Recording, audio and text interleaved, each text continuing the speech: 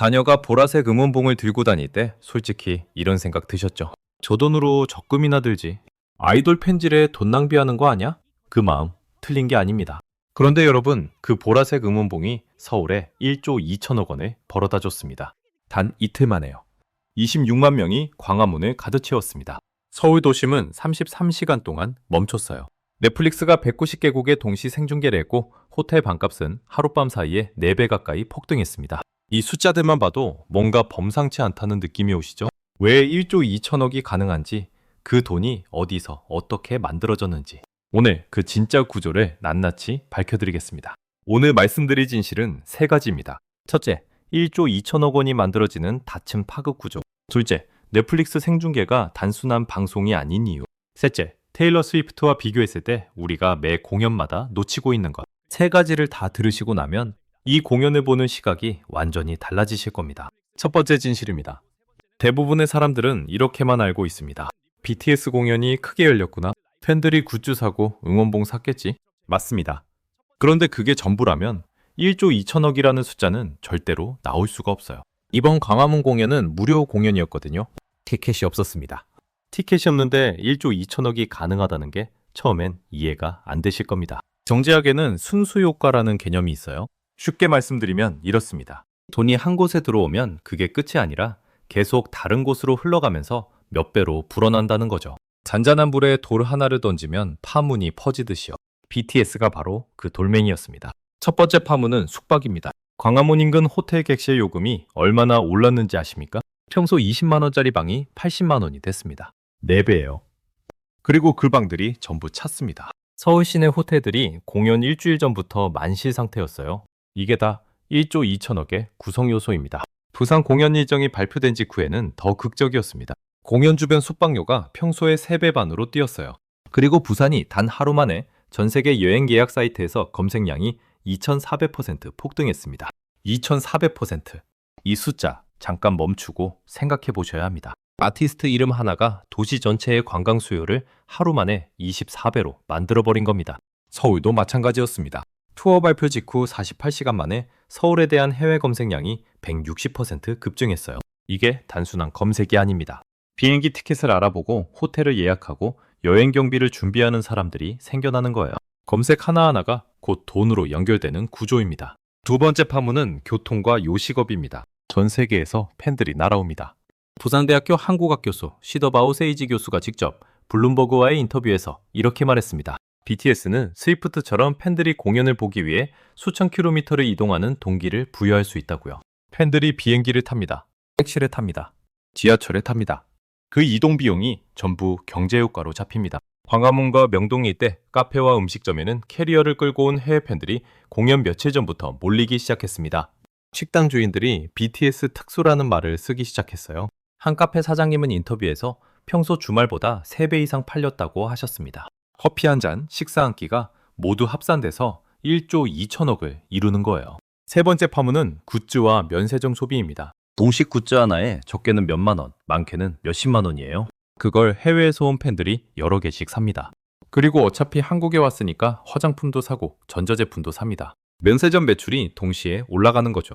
한 명의 해외 팬이 서울에서 쓰고 가는 돈 평균 40만 원에서 50만 원으로 추산됩니다. 한국문화관광연구원이 공식적으로 추산한 수치가 있습니다. BTS 국내 콘서트의 경제적 파급 효과 최대 1조 2207억 원입니다. 숙박, 교통, 요식업, 관광, 굿즈 소비 이 모든 게 합산된 수치예요. 공연장 티켓 수입 없이 무료 공연 하나로 이 숫자가 나옵니다. 이게 BTS라는 이름이 가진 경제적 폭발력입니다. 얼핏 보면 그냥 큰 숫자구나 싶으실 겁니다. 하지만 여기서 더 놀라운 이야기가 있어요.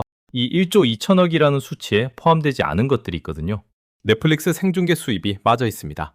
해외 미디어 노출로 인한 국가 브랜드 가치 상승분도 포함이 안 됐어요. 즉, 실제 효과는 이보다 훨씬 더 크다는 겁니다.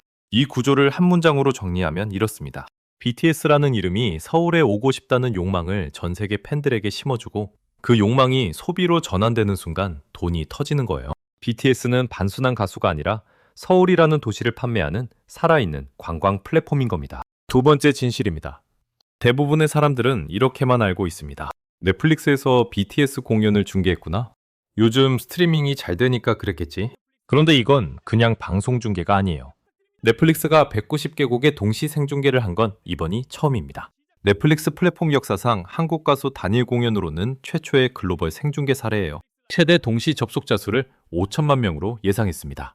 5천만 명이 동시에 스트리밍을 켠다는 게 어느 정도 규모인지 감이 오십니까? 대한민국 전체 인구가 5,100만 명입니다. 우리나라 국민 전체가 동시에 같은 방송을 보는 것과 맞먹는 숫자가 전 세계에서 접속하는 거예요.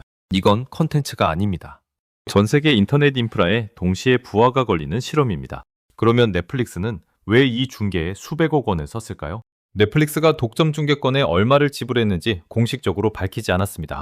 그런데 비교할 수 있는 숫자가 하나 있어요. 2019년 넷플릭스가 미국 팝스타 비욘세의 실시간 스트리밍 계약을 할 때 지불한 금액이 6천만 달러, 우리 돈으로 약 900억 원이었습니다. 업계에서는 BTS 계약금이 비욘세 수준에 못지않거나 뛰어넘는 금액일 것으로 추정하고 있습니다. 머니투데이는 독점 생중계에 수백억을 썼다고 보도했어요. 넷플릭스가 수백억을 쓸 수 있는 이유가 뭔지 아십니까? 그보다 훨씬 더 많이 벌 수 있기 때문입니다. 넷플릭스 입장에서 이 중계는 두 가지를 동시에 얻는 거래입니다. 첫째, 전 세계의 넷플릭스 플랫폼을 홍보하는 마케팅 효과입니다. 광고비 수백억 써서 이 정도 규모의 주목을 얻기는 불가능해요. 그런데 BTS 공연 중계 하나로 190개국에서 동시에 화제가 되거든요. 이게 마케팅 비용 대비 효율로 따지면 엄청난 수치입니다. 둘째, 광고 매출입니다. 넷플릭스가 최근 광고 포함 구독 요금제를 도입했거든요. 5천만 명이 동시에 스트리밍을 켜면 그 5천만 명에게 광고를 보여줄 수 있습니다. 일반적인 온라인 광고 단가로 계산하면 5천만 동시 시청자에게 노출되는 광고 가치는 수백억 원에서 수천억 원 수준이에요. 넷플릭스는 이 공연 하나로 투자금을 몇 배로 회수할 수 있는 거죠. 그리고 더 중요한 게 있습니다. 넷플릭스가 이 돈을 한국에 지불했다는 사실이에요. 중계권 수입은 하이브와 관련 기업들로 들어옵니다. 그 돈이 다시 국내에서 돌기 시작하죠. 스태프 인건비, 무대 제작비, 방송 장비, 임대비 전부 국내 경제로 흘러들어가는 겁니다. 이게 1조 2천억 수치에 포함조차 안 된 추가 효과입니다. 여기서 한 가지 더 짚어드릴게요. 5천만 명이 넷플릭스 화면에서 BTS 공연을 봅니다. 그 배경이 뭐죠? 광화문입니다. 원복궁이 뒤에 보입니다. 한강이 보이고 서울 야경이 보이죠? 전 세계 5천만 명이 동시에 서울이라는 도시의 아름다움을 보는 겁니다. 이건 어떤 관광 홍보 영상보다 강력한 국가 브랜딩이에요. 하이브는 또한 이번 공연을 BTS라는 이름 하나로 끝내지 않습니다. IP, 즉 지적재산권 사업이 이어지거든요. 게임, 웹툰, 굿즈, 드라마, 영화까지 이어지는 파생 사업들이 있어요. 공연이 씨앗이 되어 수많은 부가 사업이 자라납니다. SK텔레콤은 이번 투어를 기반으로 한 IP 사업 규모가 공연 수익을 훨씬 뛰어넘을 것이라고 분석했습니다. 그런데 왜 이런 구조가 잘 알려지지 않았을까요? 미디어는 공연 상황리의 마무리라는 기사를 씁니다. 관객 수, 경제 효과, 숫자 한 줄 덧붙이고 끝이에요. 넷플릭스가 수백억을 썼다는 사실, 그 돈이 어디로 가는지, 5천만 시청자가 한국에 어떤 인상을 갖게 되는지 구조까지 설명하는 기사는 거의 없습니다. 구조를 모르면 기회를 흘려보내게 됩니다. 그런데 여기서 끝이 아닙니다. 세 번째 진실, 가장 불편한 이야기가 남아 있습니다. 테일러 스위프트와 BTS를 직접 비교하면 우리가 매 공연마다 얼마나 많은 돈을 날리고 있는지가 보이거든요. 이 이야기는 팬이든 아니든 모든 분이 들으셔야 합니다. 대부분의 사람들은 이렇게만 알고 있습니다. 테일러 스위프트는 미국 가수고 BTS는 한국 가수니까 규모가 다르지 뭐. 과연 그럴까요? 테일러 스위프트의 에라스 투어를 보겠습니다. 2023년부터 2024년까지 2년에 걸쳐 진행된 이 투어의 총 매출, 공식 집계 기준 20억 달러, 우리 돈으로 약 2조 7천억 원입니다.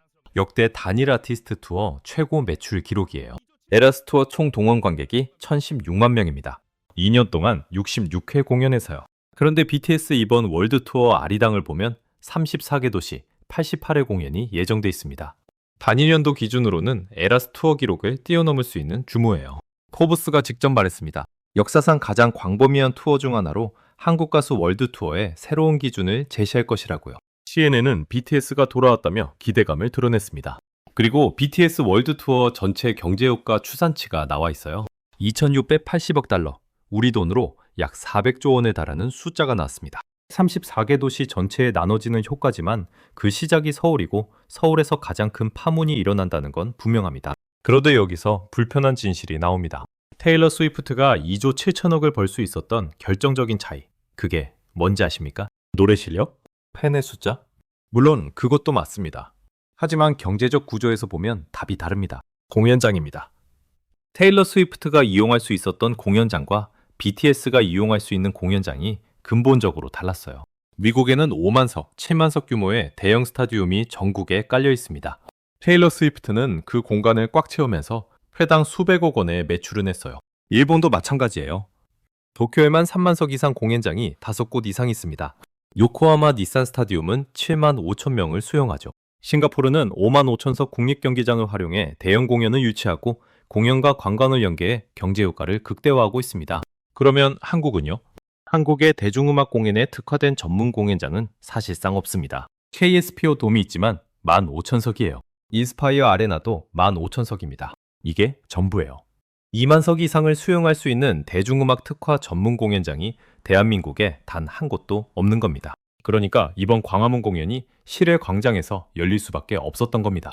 26만 명이 오는데 넣을 공간이 없으니까요.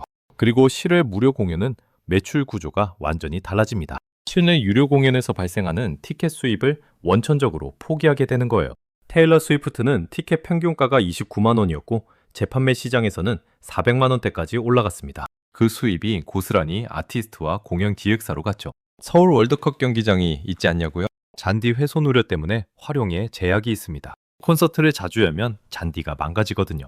야구장은 구조상 음향이 맞지 않아요. 결국 쓸 수 있는 대형 공연장이 없다는 상황이 수십 년째 이어지고 있는 겁니다. 세계 최고 수준의 아티스트를 보유한 나라가 그 아티스트를 담을 그릇이 없는 셈이에요. 이 공연장 문제가 왜 경제 문제냐고요? 한번 생각해 보십시오. BTS가 뉴욕에서 공연하면 티켓 수입의 상당 부분이 미국 공연장 운영사로 갑니다. 일본에서 공연하면 일본 공연장의 수익이 일부 남아요. 한국에서 대형 공연장이 없어 해외로 투어가 이어질수록 수익의 일부는 계속 해외로 유출되는 구조가 생기는 겁니다. 전문가들이 오랫동안 지적해온 문제입니다. 서울시가 대형 동구장 건설을 검토하고 있기는 합니다. 2027년 서울 도봉구에 완공 예정인 공연장 계획도 있어요. 하지만 핵심 쟁점은 투입 비용 증가와 부지 선정 문제, 수요 불확실성입니다. 문화예술계와 체육계 일부에서는 우려의 목소리도 나오고 있죠. 댓글에서 많은 분들이 쓰셨습니다. 얻는 공연장 만들어야. 이 댓글에 60개의 좋아요가 달렸어요. 단순한 팬심이 아닙니다. 경제적 현실을 꿰뚫어 본 반응입니다. 테일러 스위프트 에라스 투어의 런던 공연 하나만 보더라도 75만 명이 왔습니다. 시애틀시 전체 인구에 맞먹는 숫자예요. 그 인파가 런던에 쏟아부은 돈, 런던 경제에 남긴 효과를 영국 언론이 대대적으로 보도했죠. 한국도 그 자리에 설 수 있습니다. BTS는 이미 그 수준의 팬덤을 갖추고 있어요. 부족한 건 아티스트의 역량이 아니라 그것을 담을 그릇입니다. 이제 이 모든 것을 연결해드리겠습니다. 돈이 어떤 순서로 터지는지 도미노처럼 보여드릴게요. BTS가 광화문에서 공연한다는 발표가 납니다. 그 순간 전 세계 팬들이 서울행 항공권을 검색합니다. 항공사 매출이 오릅니다. 호텔 예약이 들어옵니다. 숙박업 매출이 오릅니다. 이게 첫 번째 도미노입니다. 팬들이 서울에 도착합니다. 공연 전날부터 광화문 주변 식당, 카페에 줄이 섭니다. 명동 면세점에서 화장품을 삽니다. 홍대에서 K-팝 굿즈를 삽니다. 경복궁 관람을 하고 한복 대여를 합니다. 한 명의 해외 팬이 사흘에서 나흘 서울에 머물면서 쓰는 돈이 적게는 40만 원에서 많게는 100만 원을 넘습니다. 이게 두 번째 도미노입니다. 공연당에 넷플릭스에서 5천만 명이 동시 시청합니다. 그 화면에 서울이 담깁니다. 공연의 모든 팬들이 다음엔 꼭 서울에 가겠다는 다짐을 합니다. 이건 미래 수요를 미리 심어두는 겁니다. 당장 이번 공연에서 돈을 쓰지 않더라도 서울을 버킷리스트에 올린 사람들이 전 세계에 수천만 명 생기는 거예요. 이게 세 번째 도미노입니다. 그러면 누가 손해를 봤냐고요? 솔직히 말씀드리겠습니다. 공연당에 도심에 살고 일하는 분들 불편하셨을 겁니다. 광화문역, 종강역, 시청역, 경복궁역, 을지로 입구역이 무정차 통과와 출입구 폐쇄 조치가 됐습니다. 33시간 교통 통제. 심지어 통행 제한은 공연 닷새 전인 3월 16일부터 시작됐어요. 이건 분명한 불편이고 피해입니다. 댓글에도 있었습니다. BTS 공연에 왜 국민이 피해를 봐야 하냐는 목소리요. 틀린 말이 아닙니다. 그런데 한 댓글이 아주 정확하게 짚었어요. 일방적인 거래는 없습니다. 양쪽 모두 이익이 되니 거래가 성사된 겁니다. 이 댓글에 93개의 좋아요가 달렸습니다. 33시간의 불편과 1조 2천억 원의 경제 효과. 이 거래가 공정한지 판단하는 건 여러분의 몫이에요. 그리고 안전 문제도 있었습니다. 26만 명 이상이 한 곳에 몰리는 건 보통 일이 아닙니다. 서울시가 무정차 통과, 통행 제한, 안전인력 배치 등 대대적인 안전대책을 마련한 이유가 여기 있어요. 댓글 상위에는 안전기원 댓글이 압도적으로 많았습니다. 별탈 없이 마무리되기를 해 264개 좋아요, 26만 명 모두 안전하게 230개 좋아요가 달렸어요. 경제 효과도 중요하지만 사람이 먼저라는 것, 시청자 여러분이 가장 잘 알고 계셨습니다. 더 큰 그림을 보면 이렇습니다. 제대로 된 동구장이 있었다면 26만 명이 광장에 서는 대신 유료 공연장에서 티켓 수입을 더 올렸을 겁니다. 안전 문제도 훨씬 관리하기 쉬웠을 거예요. 도심 교통가비도 줄어들었을 거고요. 1조 2천억이 아니라 그 이상도 가능했을 수 있어요. 공연장 하나가 없어서 경제와 안전과 편의 세 가지를 동시에 손해보고 있는 겁니다. 오늘 말씀드린 걸 정리해드리겠습니다. BTS 공연 하나에 1조 2천억이 터지는 건 마법이 아닙니다. 숙박, 교통, 요식업, 면세점, 굿즈 소비가 동시에 폭발하는 다층 파급 구조가 작동하기 때문이에요. 그리고 그 1조 2천억에는 넷플릭스 중계 수입도, 국가 브랜드 가치 상승분도 빠져 있습니다. 실제 효과는 우리가 아는 것보다 훨씬 더 큽니다. 넷플릭스 190개국 생중계는 그냥 방송이 아닙니다. 전 세계 5천만 명에게 한국이라는 나라를 팔아주는 국가 브랜드 마케팅이에요. 어떤 정부 홍보 예산을 쏟아부어도 이 효과를 돈으로 살 수는 없습니다. BTS가 공연장에 서는 순간 대한민국 전체가 무대가 되는 거예요. 그리고 공연장 인프라 문제. 이건 팬들만의 이야기가 아닙니다. 테일러 스위프트가 2조 7천억을 번 구조. 일본과 싱가포르가 대형 공연으로 관광 수익을 극대화하는 구조. 우리도 가능합니다. 다만 그릇이 필요해요. 2만석, 5만석짜리 대중음악 전문 공연장 하나가 없어서 우리는 매 공연마다 잠재 수익의 일부를 포기하고 있는 겁니다. 이건 정책의 문제이고 국가 전략의 문제입니다. 군복을 입고 나라를 지킨 뒤 돌아와 공연 하나로 서울에 1조 2천억을 벌어다 준 청년들입니다. 병역 의무를 다했다는 댓글에 107개의 좋아요가 달렸습니다. 훈자는 10개씩 더 줘야 한다는 말에 95개가 달렸어요. BTS 보유국임에 가슴이 벅차오른다는 댓글에는 224개가 달렸습니다. 여러분, 이 자부심은 감정이 아닙니다. 데이터로 증명된 경제적 사실입니다. 이제 우리 사회가 그 무대를 제대로 만들어줄 차례입니다. BTS 월드 투어 아리랑은 이제 시작입니다. 고향, 부산, 그리고 전 세계 34개 도시로 이어지는 공연들이 남아있어요. 과연 BTS 월드 투어가 테일러 스위프트의 에라스 투어 기록을 넘어설 수 있을까요? 여러분은 어떻게 생각하십니까? 그리고 이 모든 이야기, 이건 대한민국의 축복일까요? 아직도 준비가 덜 된 현실의 민낯일까요? 여러분의 생각을 댓글로 남겨주세요.